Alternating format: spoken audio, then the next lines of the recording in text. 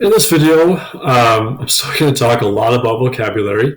It's what this chapter is a big part of, is what words are we using to communicate certain ideas. I'm talk about curves and polygons. There's a joke there. Let's read it.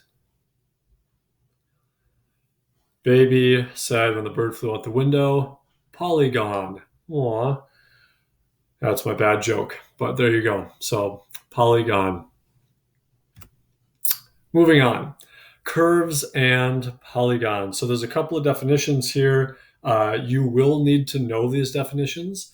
I'm going to draw some pictures and I'm going to show you some pictures to give you an image of what these definitions mean.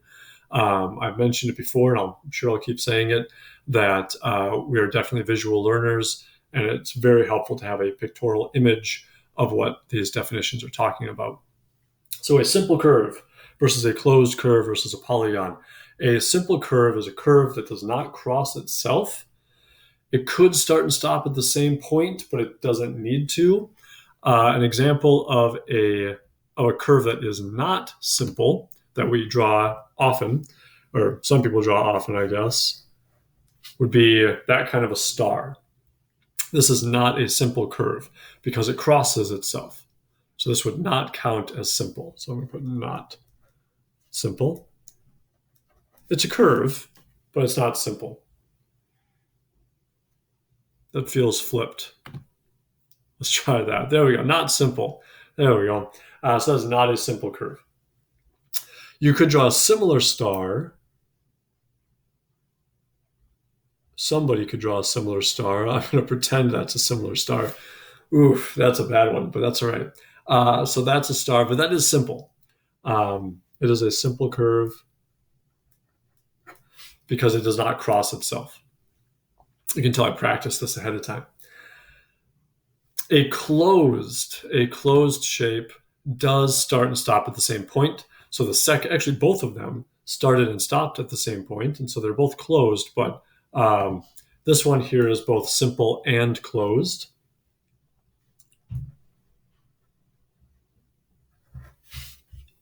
So that one is also closed. If it didn't complete itself, if you just wanted to have a simple curve that wasn't closed, you could have that. That is a simple curve. It does not cross itself, and it can come back to the same point, but it doesn't have to, so it is not closed, but it is a simple curve. A polygon is simple, so it doesn't cross itself. It is closed, so it doesn't have any openings, and it has the added definition that the lines have to be straight. So it has to have line segments. Line is a straight line, not a curved line. So a circle would be closed and simple, but a circle would not be a polygon because it doesn't have line segments for its sides. Two more types of curves, a convex curve and a concave curve. So I like to think about it as a concave first. So if something is concave, it kind of caves in on itself. It falls in on itself. It has little dimples, indentations. And a convex curve is not concave, which is a terrible definition. But a convex curve has no indentations, and you can read the official definition there. I'm not going to read it to you, but I find it easiest to think about it as if something is concave or not concave. So if it's concave, a concave curve would cave in on itself. So this caves in. It has a cave almost with that idea of what a cave would be. So it caves in. And so this would be concave. Concave right there. Convex would be very similar to that, except it wouldn't cave in on itself. So this is concave, this is convex. Concave has an indentation, it caves in. Convex doesn't. Think about it for a spoon, maybe. Again, not an artist here, so bear with me. But there's my spoon. This part of the spoon where your soup goes is concave. And this part of the spoon where your soup doesn't go, because that wouldn't work well, is convex. So that's the basic idea of a concave and convex. The official definitions are right here. Yes, you do need to know the difference. I will not ask you to regurgitate the definition of any of these things, but you do need to be able to apply them. And so you'll be asked, is this curve concave? Is it convex? And you just need to know the difference between those two. So that's the official definition. You can pause it and write it down on your own. All right, so here's some examples. I'll make the screen a little bit bigger so you can see it. I drew some. These are better drawings and a little more formal. So again, you can always pause this and copy it if you'd like in your notes. On the test, you may use notes. There is a lot of vocabulary. You may use notes on the test because I'm asking you to apply those notes and not necessarily memorize them. So you got, again, simple curves. This is still simple because it hasn't closed in on itself. This is simple and closed. It's also concave because it caves in, and so on. None of these are polygons because they don't have straight sides and it isn't closed. This one's close to a polygon. This is not a polygon because it's not simple. It crosses. It is closed, but it's not a polygon because it crosses itself. Polygon, polygon. A little bit more with vocabulary, the interior and the exterior. Once you've closed in the shape by creating a polygon, you have inside the polygon and outside the polygon. So the interior and the exterior. You also have the sides of the polygon, which are straight sides in a polygon, and the vertex. So the vertex, kind of like with an angle, so when we have straight sides, we have parts of rays right here. When you have two rays that connect, you have a vertex for that angle. So the vertex definition still follows from what we talked about with angles. Brussels sprouts. We are not going to play this game. It's a fun game. I do recommend you watch the video. I know you don't have the link here, but I'm going to put it up so you can find it. It's a fun game. I've played it with students. I've played it with my own kids. You don't have to call it Brussels sprouts. If you know that's going to make some students immediately hate it because they don't like Brussels sprouts, call it popcorn, call it whatever you want. But the game is originally called Brussels sprouts. At least that's my understanding. If you just Google Brussels sprouts number file, you probably remember me talking about number file in the past. I think this is a Grammarly does more than catch errors. With Grammarly. Okay, so Brussels sprouts, it's a fun game. It really digs into the interior and exterior idea, but more than that, it starts to put